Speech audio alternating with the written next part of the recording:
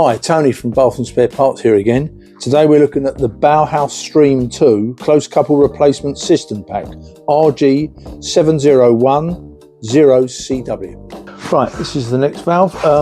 You also get a little adapter which goes in. You can dismount this one, put this one in, so you get a vertical fill and a clip for clipping into the back of a concealed system.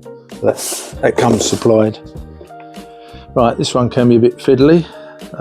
First we take the float off, which makes life easier.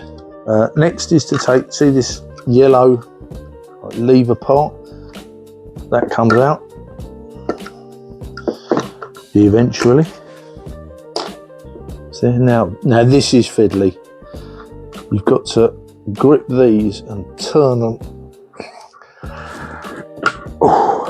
like that. It takes the cover off, and then in here, if it wants to come, is the washer.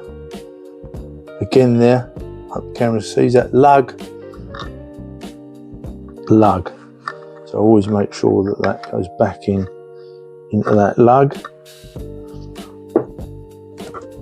Yeah, that seams in. Now the reverse.